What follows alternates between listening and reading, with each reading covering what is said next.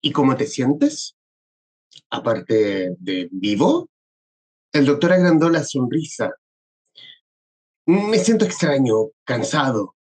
Siento punzadas en los músculos, como cuando estoy a punto de resfriarme. Es normal, dijo el doctor. Tengo una ligera migraña. La mandíbula, el paladar, todo se siente extraño, apretado, pero sobre todo cansado, insistió M antes de cerrar los ojos y echarse hacia atrás. Ya no estoy de seguro de entender lo que me dijo. ¿Qué parte? Preguntó el doctor dispuesto a asistir a M en lo que pudiera. La de estar muerto, contestó el paciente. ¿Cómo es que me siento vivo si estoy tan muerto como usted dice? Yo no dije que estuvieras muerto, dije que habías muerto. No se lo toma mal, suplicó M. Pero si este es el cielo, por ahora la experiencia es desilusionante. El doctor volvió a sonreír. Antes de comenzar con la explicación, dio un largo suspiro. ¿Cómo te llamas? Preguntó luego. ¿Usted me puede decir M?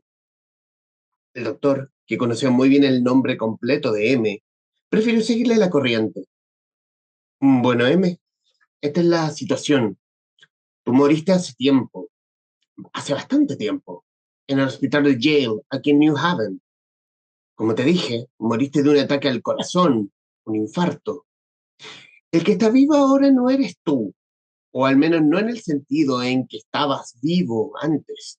Tú, tu mente, tus recuerdos y lo que piensas, esa parte de ti a la que hablo ahora y que me entiende cuando lo hago, es una reproducción antigua de tu antigua mente, la mente de M. ¿Una reproducción? Repitió M con cierta incredulidad. ¿Una grabación? Podría decirse, concedió el doctor. Quizá no lo recuerdes, pero cuando estabas vivo, o cuando M estaba vivo, él adquirió una póliza de registro cerebral, un contrato en el que acordaba realizarse un mapeo total de su mente para futuras reproducciones privadas. ¿No públicas? Bromeó M. Privadas, es decir, solo autorizadas por los miembros de su familia. Cuando M se oyó repitiendo aquello de los miembros de mi familia, su rostro se ensombreció. ¿Cuánto tiempo ha estado muerto? 100 años, contestó el doctor. Más o menos. Dejando salir un soplido, M repitió 100 años. Tras escarbar en sus recuerdos por unos segundos, preguntó con una voz gris: ¿Qué pasó con mi mujer? También ella falleció, contestó el doctor. Pocos días después de ti, pero también hace mucho tiempo. A él mismo le sorprendió el tono afectado con el que respondió.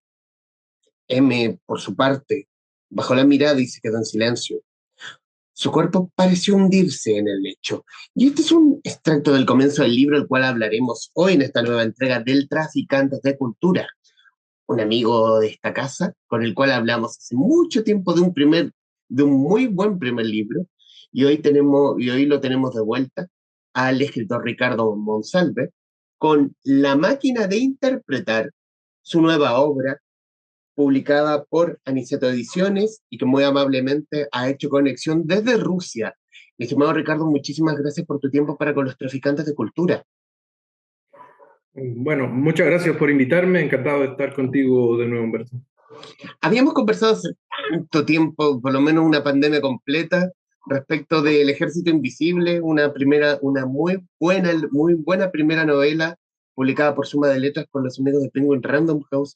Y hoy tenemos esta distopía, mezcla de tecnología con IA, con lo mejor y lo peor que puede traer el fin del mundo, de la manera desde lo cibernéticamente hablando. Y hoy, y hoy tenemos esta obra que ya está en circulación, y hablar de la idea. ¿Cómo, cómo se gesta un libro como este?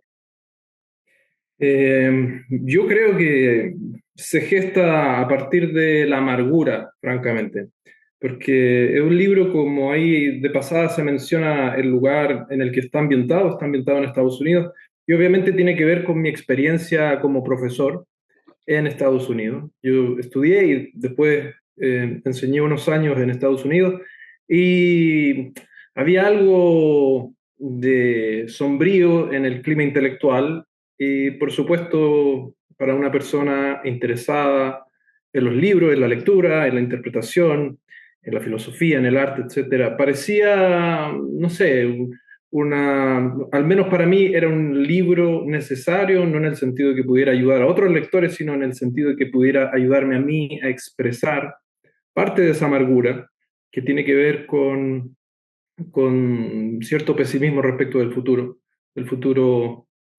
quizás más que de los libros, de los lectores, y un poco cuestionarme el lugar de la literatura y del estudio sistemático, del estudio científico, si tú quieres, el estudio universitario de la literatura.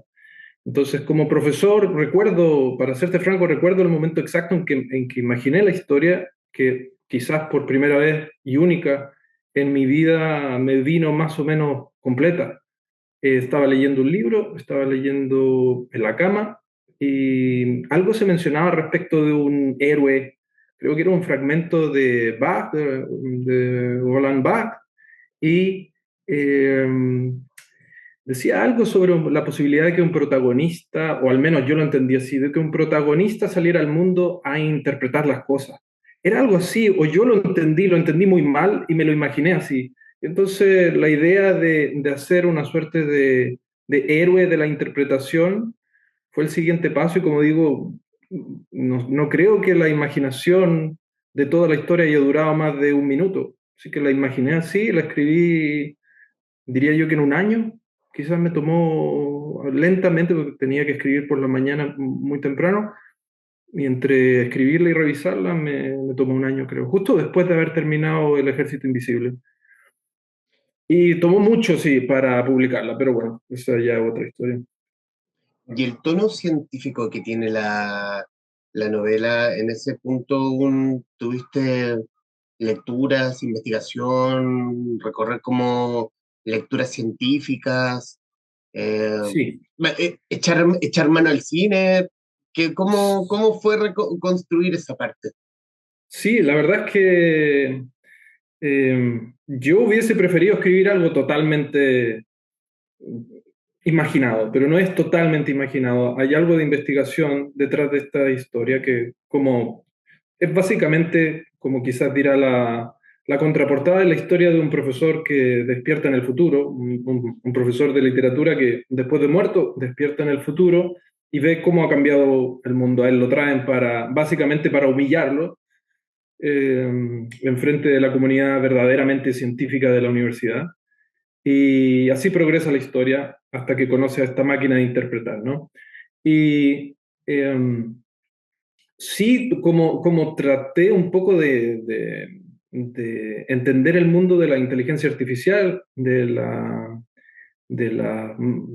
eh, ¿cómo se llama? Creo que se llama aprendizaje de máquinas, si no me equivoco, Ujú. o máquinas de aprendizaje, ya no recuerdo, fue escrito hace un tiempo. Y de eso sí tuve que enterarme un poco, tuve que hacer un poco de investigación, porque no es exactamente, como comprenderás, mi terreno o mi campo de estudios. Yo tengo que ver más con la filología y con el siglo XVI, el siglo XVII, etcétera. Ahora un poco más con el siglo XX, pero no tenía nada que ver con cómo se integra, por ejemplo, la cibernética, en el fondo, la genética y, y el campo de la inteligencia artificial. Y para eso sí tuve que al menos enterarme de cómo hablar de ciertos términos.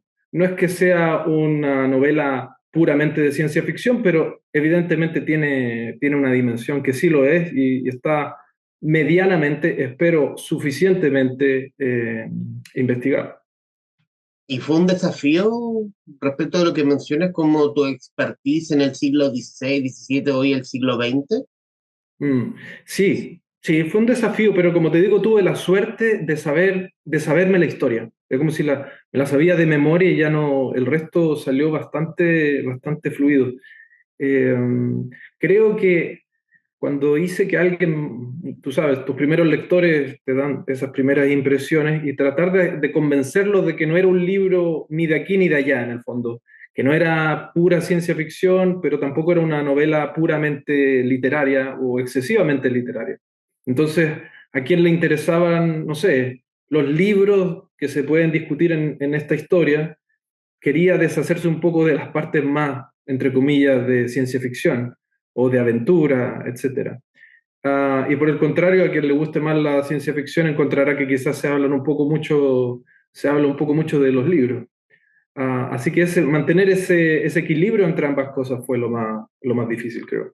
Ojalá tú me dirás si salió bien o mal, pero por ahora creo, yo al menos cuando la he releído, perdón, me ha parecido que sí, que hay un equilibrio, que no es demasiado empalagosa o difícil de leer desde esa perspectiva, sobre todo desde la perspectiva literaria. Yo creo que tiene como, claro, tú lo dices bien, tiene ese punto medio, no es tan docta en respecto de títulos, pero tampoco es tan pop como para, como para hacerla más entretenida, más ciencia ficción. Tiene como ese poquito, tiene un poquito de esto, un poquito de aquello.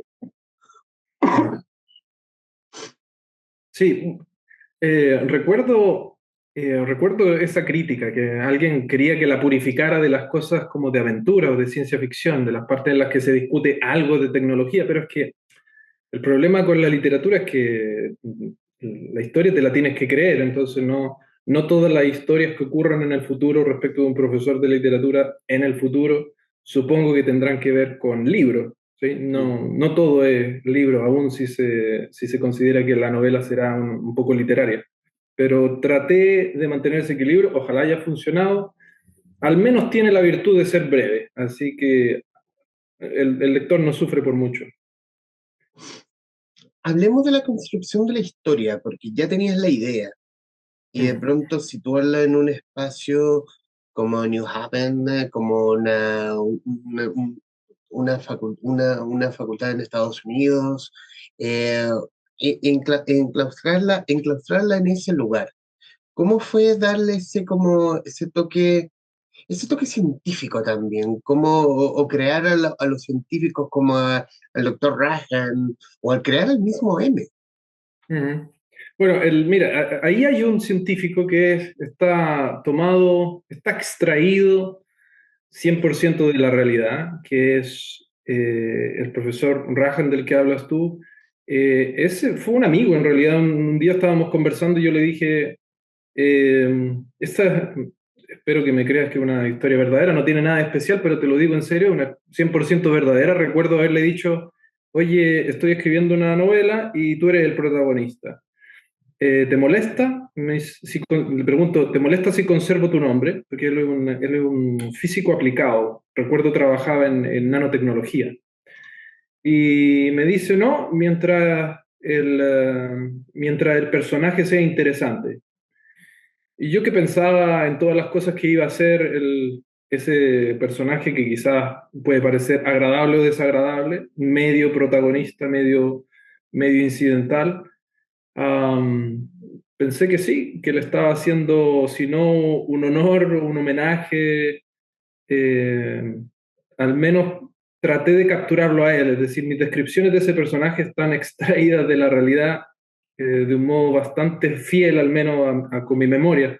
Y él sí existe, el resto son, la verdad es que el resto de los personajes son versiones o perspectivas que representan lo que yo pienso respecto del problema de la literatura, el problema de las universidades, el problema de la enseñanza de la literatura en las universidades. Eh, Dos cosas ahí. Una es muy curioso porque esos personajes, mucha gente me dice, por ejemplo, y van leyendo la historia y me dicen que les molesta mucho, que les carga, no sé, Monacal. Es muy divertido porque seguramente alguien asuma que yo, puesto que el personaje, el protagonista se llama M, seguramente sea una representación de mí, pero la verdad es que muchas veces me encuentro del lado del desagradable profesor Monacal, que cuestiona todas estas cosas. Es desagradable, supongo que yo también soy desagradable y me traté de representar de algún modo fiel también ahí. Ahora, en el caso de la ciudad de New Haven, bueno, lo que ocurre es que ahí está Yale, que en ese momento hacía poco yo me había graduado de la universidad antes de cambiarme de estado. Mi Yale está en New Haven, Connecticut, y después me fui a Massachusetts, cerca de Boston, donde estaba enseñando cuando empecé a escribirla. Y para mí, quizá como sudamericano, veía la imagen de escribir una... Me costaba mucho imaginar una novela de ciencia ficción, no sé, en Curicó, sin ofender a mi patria putativa de Curicó, pero me parecía muy natural hacer una historia de ciencia ficción, sobre todo ligada a una universidad importante, aunque no vinculada tradicionalmente con la tecnología, como podría hacerlo, por ejemplo, el MIT o Stanford. Pero hacerlo ahí porque había algo de esa decadencia también de las humanidades y de la universidad en particular. Quería que tuviera cierta conexión con ese mundo y al mismo tiempo, para mí, no sé, representar la vida en el invierno, en la nieve, que está bastante presente en en la novela. Era la única posibilidad porque el momento en el que yo viví en esa ciudad por 6 años, y el impacto de la nieve, del frío, de un invierno que es totalmente distinto al que se vive en Santiago, por ejemplo, quería plasmarlo y me parecía que dado el tono oscuro, lúgubre, si tú quieres, de la novela, era el lugar ideal. Eh, ese fue el motivo de la decisión, ¿no? Además, tú sabes que escribir sobre algo que uno conoce más o menos facilita las cosas, ¿no? Y escribir de lo que uno conoce, también poner en contexto de cómo se da esta convivencia entre que en la época que está la máquina de interpretar, las enseñanzas de las humanidades han desaparecido. Es Ujú. quizás tomarlo como en cuenta como lo que hoy se está viviendo con la tecnología respecto de, no sé, lo conversé con un científico hace algunos capítulos, un científico español, respecto de cómo se está viendo cómo está la creación del derecho de autor, o sea, cómo crear un texto respecto de la IA, o cómo la IA está creando imágenes de nosotros a semejanza de estudio Ghibli, en tu juicio o de lo que viste. Cómo se ve o cómo se nota el tema de las humanidades por lo menos en las universidades en las que has sido Ujú. participado como alumno y docente? La verdad es que no soy para nada un fanático de los avances científicos en este sentido. Eh, Creo que no he tenido mucho contacto con el mundo. Fue más bien la experiencia de un escritor de literatura que se aproxima por un momento tanto al género de la ciencia ficción como al problema de la inteligencia artificial o al problema de las máquinas que aprenden.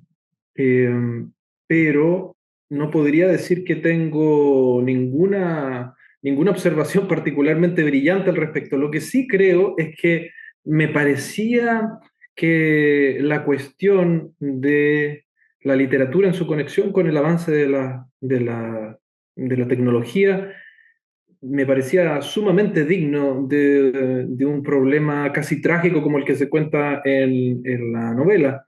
Me parecía también que podía tratársele de un modo entretenido, que podía ser discutido seriamente, pero al mismo tiempo discutido o presentado de una forma atractiva.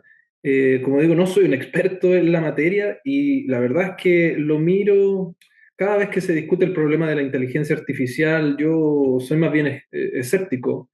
No me parece, de hecho, la verdad es que me molesta mucho cuando me la encuentro, quizá porque no tengo acceso a ella y no he podido, no sé, hacer uso de ella del modo en que las generaciones más jóvenes, las que vienen ahora, quizás sean muy duchos en la materia. Y yo la verdad es que no me he preocupado mucho al respecto.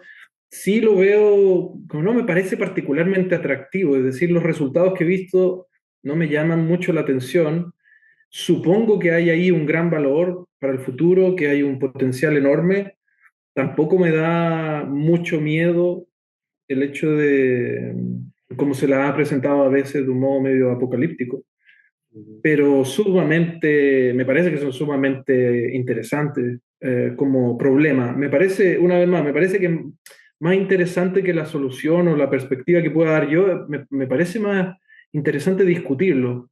Lo mismo con con el problema de la literatura, por ejemplo, que discutir el problema me parece más interesante que decirte, por ejemplo, yo creo que el mundo de la literatura va a evolucionar de este u otro modo a partir de su coexistencia con con las nuevas tecnologías, con la inteligencia artificial, entre otros. La verdad es que me parece que mi misión está completa una vez que yo pongo el problema sobre la mesa, hago un par de preguntas e imagino este escenario en que, no sé, este profesor se encuentra a la vez superado, quizás felizmente superado por estas tecnologías, quizás molesto, quizás humillado por esta tecnología. Me parece más interesante quizás la evolución que a partir del uso de estas tecnologías ocurre en nuestra conciencia respecto de cómo se enseña el arte, la filosofía, cuestionar, por ejemplo, una vez más si vale la pena enseñar estas cosas en la universidad. Ese problema, por ejemplo, me parece más interesante que imaginar una solución o imaginar el futuro, qué es lo que podrían, cómo podrían venir, cómo podría venir la mano, si tú quieres, cuando se trata de de la inteligencia artificial. En principio, en resumen, soy un escéptico, no, ni me llama mucho la atención, a pesar de que admito que son muy interesantes, pero a mí en particular no me llaman mucho la atención. No sé, ya me he alargado en en esta respuesta, pero creo que tiene que ver con eso, insisto, el problema me parece más interesante. Pero lo abordas interesante como, es como, por qué enseñar? Déjame ver si interpreto lo que me dices. Es como, ¿por qué enseñar temas como la humanidad en la universidad y no abrirse a otros campos? O sea, encerrarlas en un lugar como la universidad. Es que, mira, el problema, como tú recordarás que en la novela se discute en el fondo como parte de de la trama, no se discute como un problema filosófico.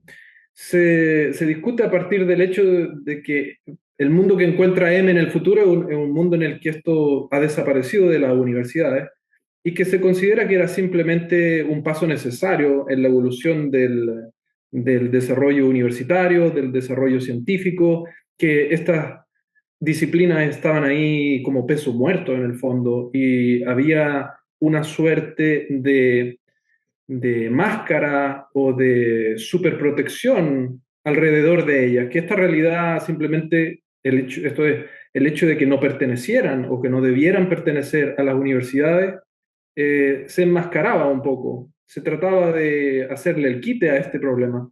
Entonces lo que se discute es por qué mantenerlas en la universidad. Ahora, uno podría pensar que la cuestión es un poco herética en el sentido de decir, ¿por qué, cómo es posible que un irresponsable escritorcillo cuestione el hecho de que la bellísima literatura, la importantísima filosofía, el arte, la teología, dejen de estar en en la universidad? Yo no aboco ni lo uno ni lo otro, digo que quizás esta sea una cuestión a discutirse.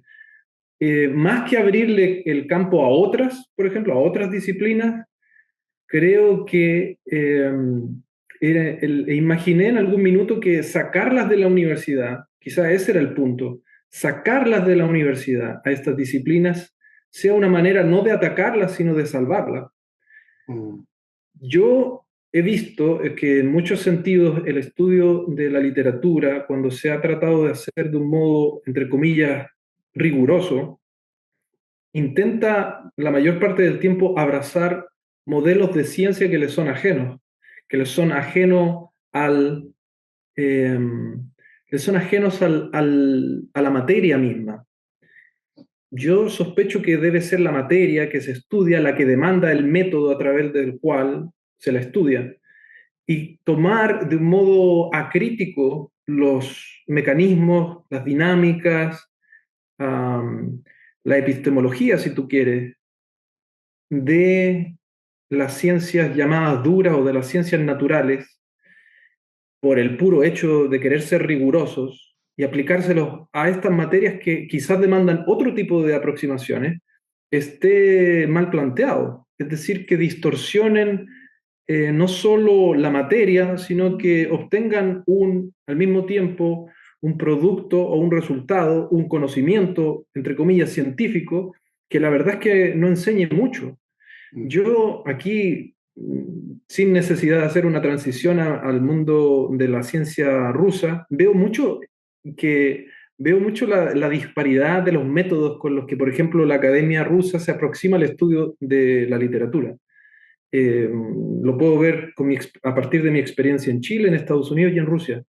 Y la verdad es que es muy interesante porque creo que en Rusia, por ejemplo, existe una suerte de fe en la aproximación científica verdaderamente rigurosa, pero quizás excesivamente rigurosa, excesivamente estructuralista, por ejemplo, eh, al estudio de la poesía, por dar un ejemplo. Y luego miro, no sé, a mis recuerdos de la aproximación en Latinoamérica o en Estados Unidos, que a veces son quizás excesivamente poco rigurosas o excesivamente poco científicas, como dirían en inglés, wishy-washy, que quiere decir al tuntún, ¿sí? Un poco al lote. Eh, y la verdad es que es interesante ver la discrepancia, más allá de tratar de decir, mira, acá lo hacen bien, acá allá lo hacen peor, o lo que sea. La verdad es que te enseña mucho de que existe cierta fe en el método científico para aproximarse a la literatura. Bueno, quizás no sea el método científico el método más idóneo para leer literatura o para entenderla mejor. Yo comprendo que esa pueda ser, no sé, la esperanza, no sé, a quien quiera estudiarla de un modo más riguroso o tratar de comprenderla con precisión de, no sé, de física aplicada, allá él. Pero quizás habemos muchos, eh, quizás somos muchos los lectores que la comprenden o la disfrutan desde otra perspectiva, que no es necesariamente la necesidad última de comprender la literatura, el fenómeno literario, el fenómeno poético, con ese rigor del que te hablaba, que es un poco yermo, ¿no? Un poco árido, innecesariamente árido y quizás sin mucho que entregar como resultado final.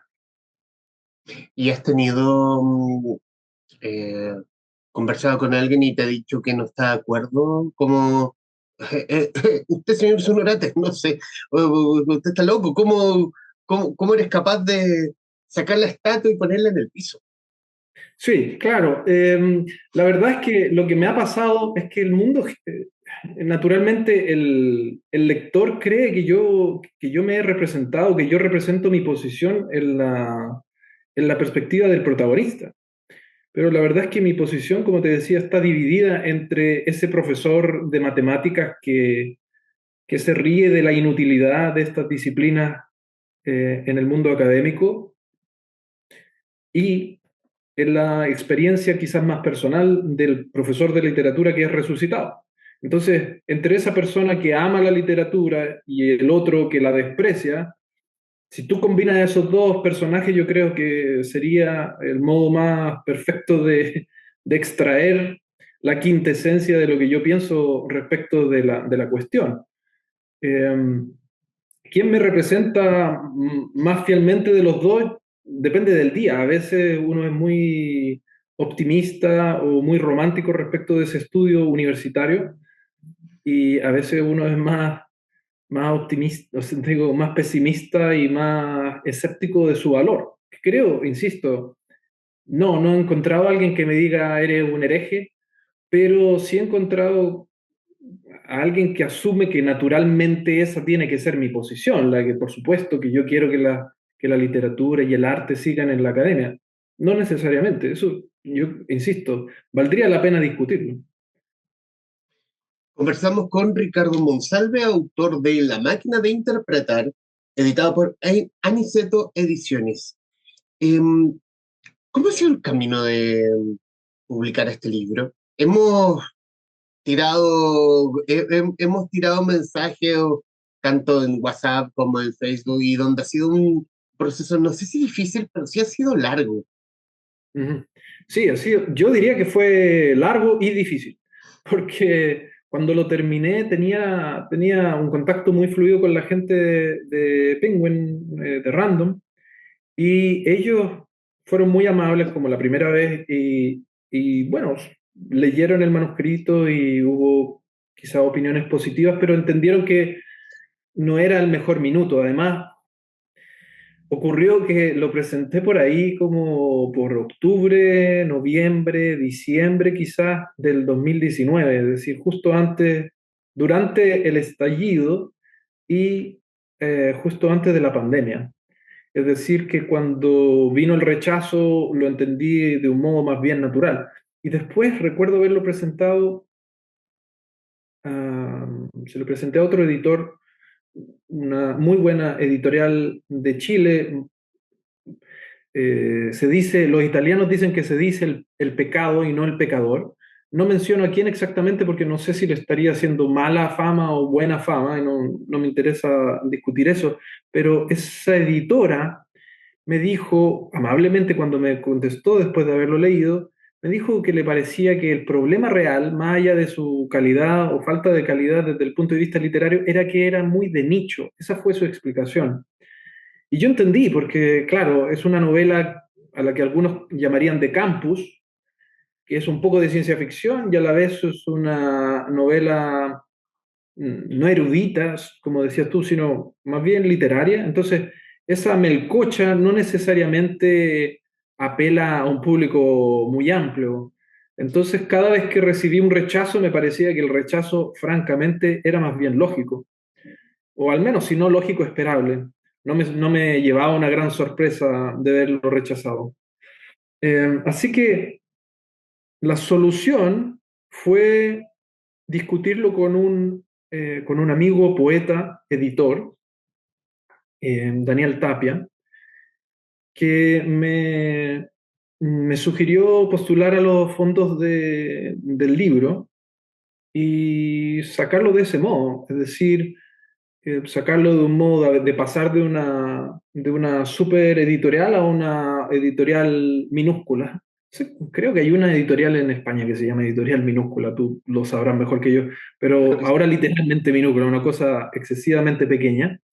Y la verdad es que esa fue la solución, es decir, sí, está bien, si es una novela muy de nicho, entiendo, pero de todas maneras me gustaría verla publicada. Y como dices tú, tomó tiempo, pero salió. Y debo decir que fue una experiencia muy, muy grata porque el poeta, mi amigo, Daniel Tapia, que yo conocí en mis años de universidad en la Chile, la leyó muy atentamente y creo que estamos muy contentos con el texto final. En fin, tenía razón, fue muy... Por supuesto que hubiese querido que saliera de inmediato y no sé, que se hubiese publicado en un sello conocidísimo, con amplia difusión mundial, cierto, seguro. Pero a veces se necesita una cosa más pequeña. Espero que encuentre a sus lectores, que es lo que más importa. Quiero irme al como lo llama la contratapa del libro, a este Funes mecánico. Eh, Funes, si no me equivoco, un personaje de Borges. Funes Ujú, el Memorioso, ¿cierto? ujú, claro. ¿Cómo fue darle alma a este Funes? ¿Cómo- y volver a a las preguntas de inicio, como mezclar toda esa erudicidad, acabo de inventar una palabra, respecto de alta literatura y mezclarla con ciencia ficción, como te dijo su editora, como este libro muy de nicho, pero que guarda, que está en el borde entre la alta literatura respecto de lo que se nutre y respecto también de temas tecnológicos que lo hacen quizás algo más pop respecto de cualquier otra novela de su tono. Ujú. Eh, no sé, la verdad es que esa mezcla, yo esperaba que fuese una mezcla, no sé, una mezcla afortunada. Eh, por ahora ha funcionado, por ahora ha funcionado, pero pero entiendo que ese nicho no necesariamente llamará la atención de muchos lectores, pero insisto que lo que me importa es que llegue a ese lector con el que se haga clic, como se dice en Chile, y pueda ver que en el personaje, a ese del que me preguntas, al que se le da vida, a ese Funes, que se encuentre con un personaje humano después de todo y con el personaje, si tú quieres, inhumano de la máquina de interpretar, que es aquel que desea conocer. Eh, que también se llama Eric por razones de una suerte de admiración profesional por el gran filólogo alemán Erich Auerbach, que, que en algún minuto fue muy importante, sigue siéndolo la verdad, pero en algún minuto cuando estaba en Santiago fue muy importante durante mi educación y creo que darle vida a ese personaje fue un poco extraño en el sentido de que imaginárselo en esa biblioteca como la biblioteca de Humberto Eco, o como la biblioteca, digo, la de el nombre de la rosa un poco, esa enorme biblioteca que está en el centro del campus de la Universidad de Yale. Eh, al mismo tiempo era una suerte me traía recuerdos, me traía cierta nostalgia y al mismo tiempo pensaba en una nostalgia futura en el fondo. Así que creo que un poco la nostalgia es un tema en la novela tanto desde una perspectiva personal como de la trama.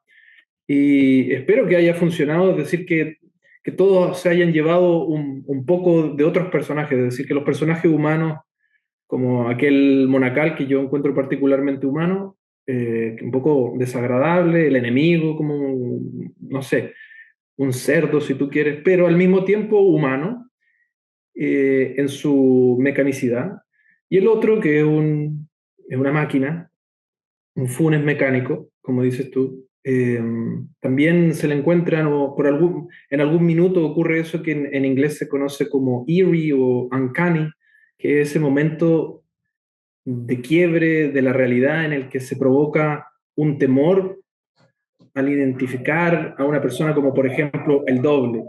Al identificar a una persona o a un objeto o a un ser mecánico, por ejemplo, respecto del cual tú no puedes saber si es humano o no, si es mecánico o lo contrario, etcétera. Quería retratar eso, pues me interesa mucho eso, ese momento en que la máquina deja de serlo, el hombre deja de serlo, quizá en el momento en que ambos se encuentran. Ese momento que un poco como toda buena ciencia ficción tiene un poco de pesadilla, tiene ese elemento incierto, ese momento incómodo y quizá un poco aterrador de la pesadilla, pero en este caso una pesadilla que parece, a veces pienso que parece, como decías tú, como sugería al comienzo, bastante cercana, no parece una locura, ¿sabes? Yo la novela la escribí en 2016, 17, si no me equivoco, y sale recién ahora porque, bueno, ese fue su destino, pero entonces me parecía un poco más científica, perdón, me parecía más ciencia ficción que científica. Hoy me parece que a nadie le sorprendería una realidad, una novela escrita respecto de una cosa, de esta máquina, de este monstruo, como si fuera una realidad de hoy. Claro, como ciencia ficción o como yo lo llamo, ciencia. Fin. Punto. Ricardo, hablemos de sensaciones. ¿Qué sensación te deja la escritura y la publicación? La escritura, a mí, la verdad es que yo escribo porque me gusta mucho escribir. Punto. No tengo grandes aspiraciones en ese sentido, más que entretenerme cuando lo hago. Esa es una. La otra es deshacerme de un problema, porque creo entre las características que me son más peculiares está la de ser un poco obsesivo. Entonces, cuando te imaginas una historia, supones que la mejor manera de deshacerte de ella, dejar de pensar en ella, es escribirla. Ahora, ciertamente siempre existe la fe, la creencia en que quizás en esta oportunidad, esta novela sí va a ser muy buena. Y la escribes. Pero para serte muy honesto, te trato de contestar del modo más honesto que puedo. La verdad es que escribo fundamentalmente porque el minuto en el que uno tiene que solucionar el problema de su propia ficción en el momento en que se escribe es muy interesante, es muy divertido. A mí me fascina y bueno, me contenta, así que no puedo explicarlo de un modo más elaborado. Y en el caso de la publicación, quería que se publicara. Yo me parecía que no sé, hay cierto, no sé, ¿cómo se le llama? Delirio de grandeza, supongo. Un poco de eso tiene que haber en el creer que una novela, no sé, que valga la pena, que en realidad la miro, la leo y me dice, ¿sabes qué? Me gusta y creo que vale la pena publicarlo. Creo que hay un poco de delirio en eso, de parte de un escritor como yo, al menos. Otros se merecerán más la publicación, pero a mí me parecía que me gustaría que en ese momento pensaba que me gustaría mucho que un lector, un lector distinto de mí, pudiera leerla y una vez más conectar, que es un momento muy grato para el escritor, eso lo sabe cualquier escritor que se encuentra con alguien que ha leído su libro y puede decirle dos o tres palabras al respecto no tanto de la historia o del libro, sino de la experiencia, de lo que pensó, de lo que imaginó mientras leía. Entonces, la verdad es que a mí me satisface mucho eso. Como digo, hubiese querido que saliera antes, pero ahora ya, la verdad es que, ¿cuál es la diferencia? Yo creo que está en el momento preciso, creo, por todo, por lo que toca, por el tema, por el lado más tecnológico. Quiero otra pregunta, hilándolo con el ejército invisible. ¿Tú te piensas que hay una especie de hilo rojo entre el ejército invisible y la máquina de interpretar? Quiero creer que va más por el tema de los libros, porque tomando quizás el tema más acción que tenía el Ejército Invisible, también metías como personajes hablando de literatura. Aquí también hay algo de eso, pero aquí más que la acción propiamente tal de balas y todo eso, está la ciencia ficción, está el sci-fi dando vueltas. A tu Ujú. juicio, pero obviamente es en la visual mía, a tu juicio, ¿qué hilo rojo tú ves? Bueno, ese uno. Es cierto que las dos son novelas de aventura, diría yo, para ser franco, son novelas de aventura. Una mucho más ambiciosa que la otra, pero son ambas novelas de aventura, con bueno, sin decir, revelar mucho de las tramas de ambas. La verdad es que con cierta predestinación al fracaso por distintos motivos, pero como dices tú correctamente, creo que el problema de los libros, a veces excesivamente discutido en la literatura, pero el problema de los libros sí es naturalmente una conexión entre ambas, en particular el Quijote, que es una cosa que se discute en ambos, ¿no? Pero esa me parece, en el momento no me lo, sabes que en el momento no lo pensé, cuando en la máquina de interpretar se discute brevemente los libros favoritos de la máquina, por ejemplo, no pensé en realidad, estoy volviendo a hablar una vez más, vuelvo a hablar sobre Don Quijote. No, la verdad es que ahora fue solo después de que le estaba dando alguna revisión al manuscrito que me di cuenta. No fue no fue para bien o para mal, no fue a propósito que esa discusión volvió a repetirse. En los minutos que nos quedan, Ricardo, quiero darte las gracias por tu tiempo. Nuevamente, doblemente las gracias por la diferencia horaria en la que estamos en este momento entre tanto Chile y Rusia. Eh, y recomendarles para que nos verán y nos escucharán. Yo lo quiero titular como esos libros, es que en mi caso yo los nombro como estos libros raros, que cargan el mote de libros raros, pero son libros raros que a mí personalmente a mí me gustan mucho, porque mezclan un poco de todo. Mezclan, me trae a la memoria el Ejército Invisible como esa esencia de novela de acción y un poquito erudita, pero también es algo que lo siento, sin desmerecer el Ejército Invisible, esta es algo más ambiciosa respecto de tocar temas como lo que hoy se están tocando. Pues claro, lo escribiste en 2017 y hoy estamos hablando más seguido de temas del uso de la tecnología, del temas como la IA, pero también sin dejar un poco de lado hablar de libros, hablar de las humanidades, discutir sobre todo. Y ante todo, lo siento yo, lo siento yo, y como he intentado hacerlo en todo este ciclo de conversaciones, conversar, tener un poco de pensamiento crítico respecto de cómo se está viendo la tecnología, cómo se están viendo las humanidades, en qué situación están las humanidades hoy, y hablar de un tremendo lugar, una tremenda pluma, que bacán leerte nuevamente, Ricardo. Qué bueno. Eso te lo digo ya desde el corazón, eh, Ah. porque estamos hablando de un tipo que te tiene ahí. Como lector, uno va de la mano con él, va de la mano con la historia completa, cuestionándose muchas cosas de lo que hacen cada uno de los personajes, pero también, y creo que también es lo que debe hacer una buena novela. Es como cuando te dicen, no, a mí me carga el señor Monacal. Bueno, qué bueno que te cargue, porque por A o por B te gustó el libro, te sentiste al otro lado. Eh, y bueno, nuevamente darte las gracias, Ricardo, por esto, por este tiempo, y estos minutos finales son tuyos para que digas lo que gustes respecto al libro, de lo que quieras. No, te agradezco muchísimo la invitación una vez más, Humberto, y a mí me encanta conversar contigo. Naturalmente, no se puede hacer todo el tiempo ni muy frecuentemente, pero lo que me dice a mí, más allá del halago evidente respecto de la pluma, el mote de libro raro, eso a mí me parece magnífico, me encanta que puedas describirlo de ese modo, entiendo por qué, pero además que hay tantos libros raros allí donde los hay que son tan llamativos, de los que uno se prenda un poco, como, no sé, pienso en las vidas imaginarias, por ejemplo, de Shaw.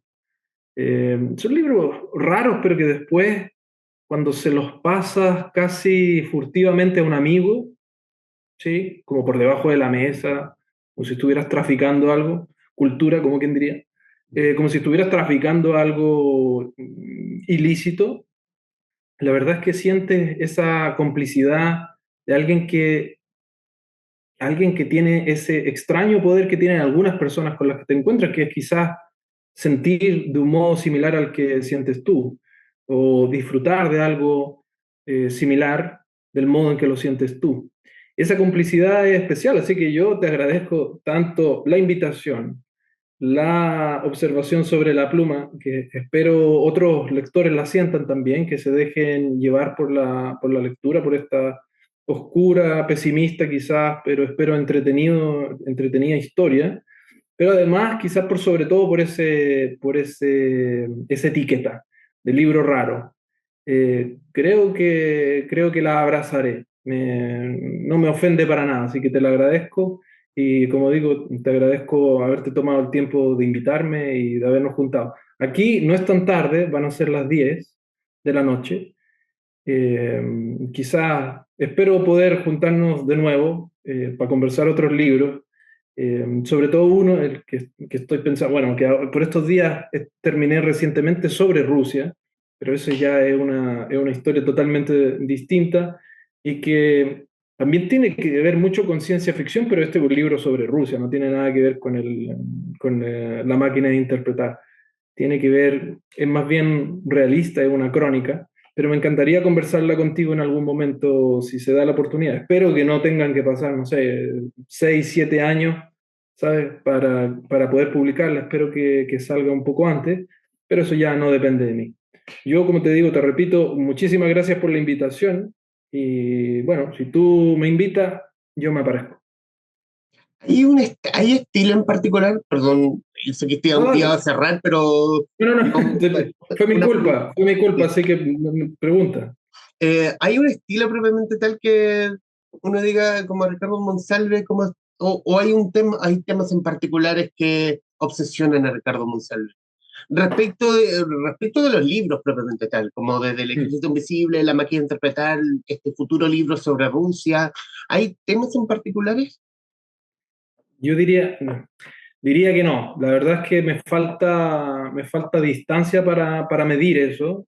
Eh, Soy en general, confieso ser sumamente antojadizo Mm. para todas las cosas, para lo que hago en el día, para lo que compro, para lo que no compro, para lo que pienso y sobre todo para lo que escribo. Así que lo que se me viene a la cabeza en el fondo y que logra seducirme por, no sé, un año o menos si tengo mucha suerte, eso es lo que escribo. No, no tengo, creo yo, no tengo un tema así como que con el que rayo, como se solía decir cuando era un mozo.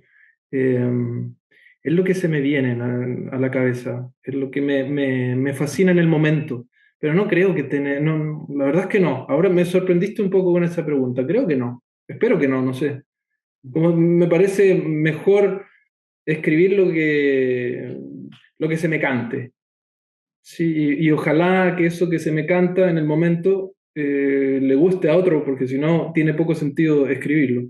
Pero no, voy a pensar si tengo alguna obsesión. No quisiera, confieso que no quisiera que esa obsesión pareciera ser escribir sobre libros. Lo lamentaría mucho, confieso. Así que voy a tratar de escribir algo que no tenga nada que ver con los libros, quizás la próxima vez. Bueno, vamos a estar atentos. Ricardo Monsalve, autor de La máquina de interpretar, libro editado por Aniceto Ediciones en conversación con la guarida de los traficantes de cultura. Mi estimado Ricardo, muchísimas gracias. Muchas gracias a ti. Hablamos. Hasta la próxima. Hasta la Encantado de próxima. estar contigo. Hasta Vale, chao, chao. encantadísimo. Muchísimas gracias a quienes nos están viendo y escuchando. Gracias por estar ahí. Adiós.